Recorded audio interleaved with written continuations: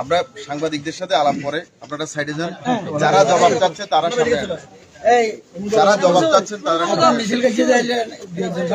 যারা জবাব চাচ্ছেন তারা জবাব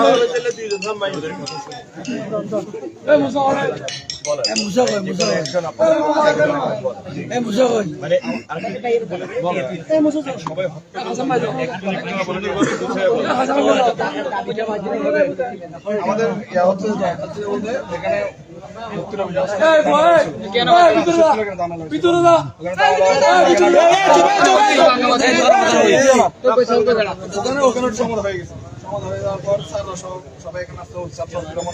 এখানে আসার পর ওটা সমাধান করে ছাত্ররা চলে যাওয়ার সাথে যখন এগুলা ঘটনাগুলো হয়েছে শরদুল্লাহ সাহেব সহ উনি ওখানে আমার সাথে জঙ্কার দেখা হয়েছিল, উনি চলে আসছে, আমি বাড়িতে চলে গেছি। এই সংখ্যা মনে হয় মাথা হয়েছিল আর সাথে বাড়িতে যাওয়ার পর শুনতেছি যে না কি বলে বিভাগের ছাত্রগুলো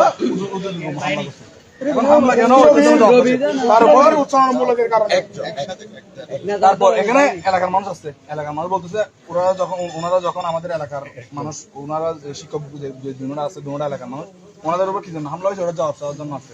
আচ্ছা গেট খোলা ছিল যখন কেউ কাউকে হামলা করে নাই, এখানে সবাই ওরা ভিতরে দাঁড়াইছিল, আমরা সবাই বাইরে দাঁড়াইছিলাম। গেট যখন বন্ধ করে দিছে, গেট বন্ধ করার সাথে সাথে উপর থেকে ইট মারতেছে। এগুলো আমার সাংবাদিক ভাইদের কাছে, ওদের কাছে ভিডিও আছে, ছবি আছে, সবগুলো আছে, এগুলো আপনারা দেখে নিতে পারেন ওখান থেকে, সমস্যা নেই। এখন কতজন আহত মানে এটা আইডিয়া দিতে পারবো না, অনেকজন হবে ওইটা সাংবাদিক ভাইয়ের কাছে অনেক ভিডিও দিছি। এখন এতটুকু হামলা কেন, এই ছাত্রগুলা কোথা থেকে আসছে, কিভাবে আসছে, ওরা কি জন্য হামলা করছে, ওগুলোর জবাব আমাদের এলাকার মানুষের হামলা করে। শুনেন ভাই, এত মানুষ কথা বলে তো সমাধান হবে। আপনারা জবাব চাইছেন, জবাব দেওয়ার জন্য আমরা আসছি। এখানে আমরা কোনো এমনিতে এত রাতে আমরা আসছি অবশ্যই, হ্যাঁ, জবাব দেওয়ার জন্যই আসছি। এখন আপনাদের হামলা হয়েছে যেটা, সেটার কতজন হামলা হয়েছে এগুলোর কি কোনো তথ্য আপনার কাছে আছে? আচ্ছা, নাই। আমরা এটা তথ্যগুলো নেব। হ্যাঁ, তারা চিকিৎসা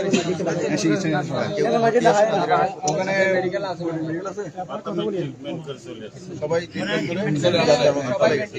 যাই হোক, তারপরে তো হামলা তো হয়েছে। এটা যে হামলা হয়েছে, আমাদের এখানে ফুটেজ আছে প্রচুর, নিশ্চয়ই প্রচুর ফুটেজ থাকবে। ফুটেজগুলো আমার ওসি সাহেব কালেকশন করবে, ঠিক আছে?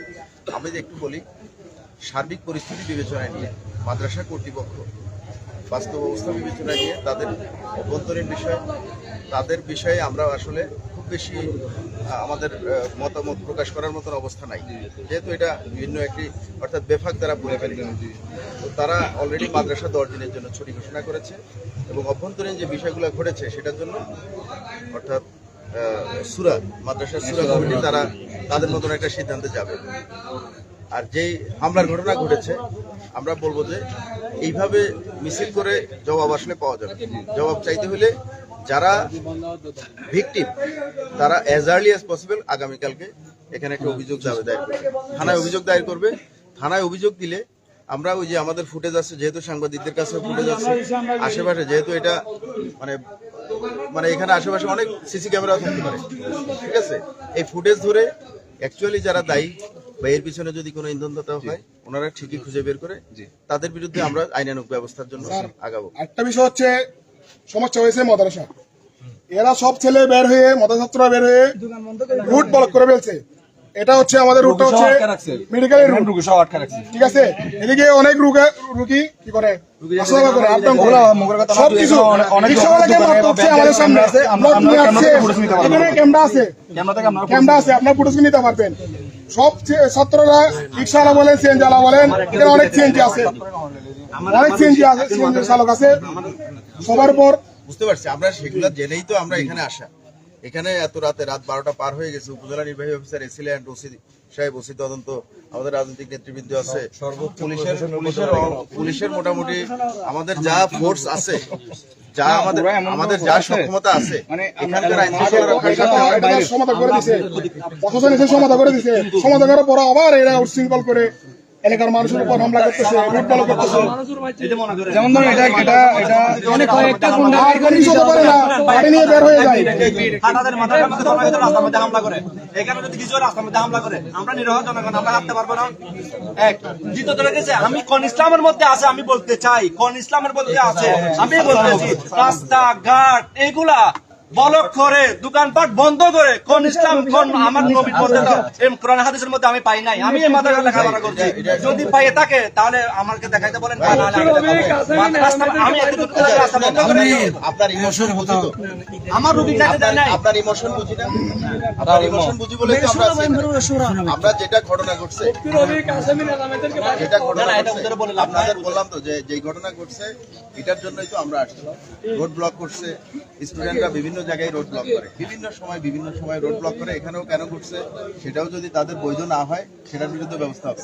এখন শুনেন, আপনি যদি এখন শাউট করেন তাহলে তো আমাদের যে লফুল একটা প্রসিডিউর আছে, সেই প্রসিডিউর করার জন্য আমাদের সময় দিতে হবে। স্যার আমাদের দাবি মাথায় বন্ধ থাকতে হবে। আরে ভাই, আপনার দাবি করার আগেই তো আপনার দাবি শোনার জন্য তো আমি আসছি।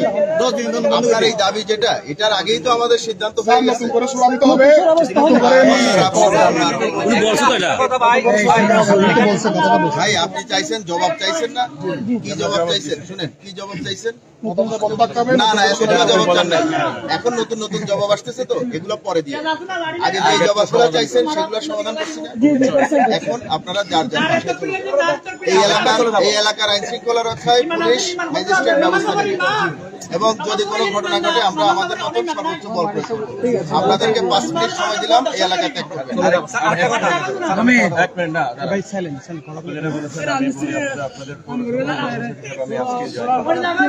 ঠিক আছে,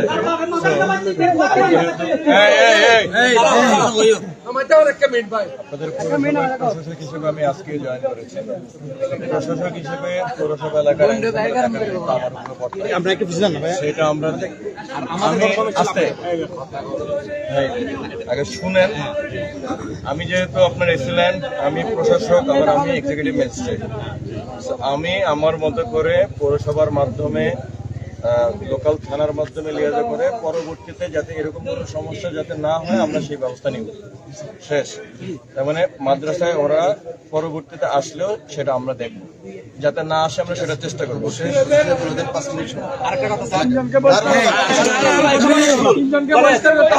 ভাই প্লিজ, এত কথা বলা যাবে না। শুনেন, না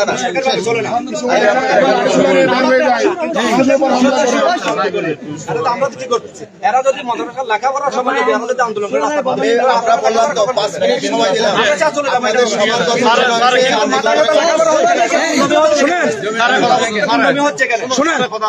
এখানে 144 জারি হয়েছে, আমরা চলে যাবো। 5 মিনিট সময় আমাদের চলে যান, চলে যান, 5 মিনিট সময় দিলাম।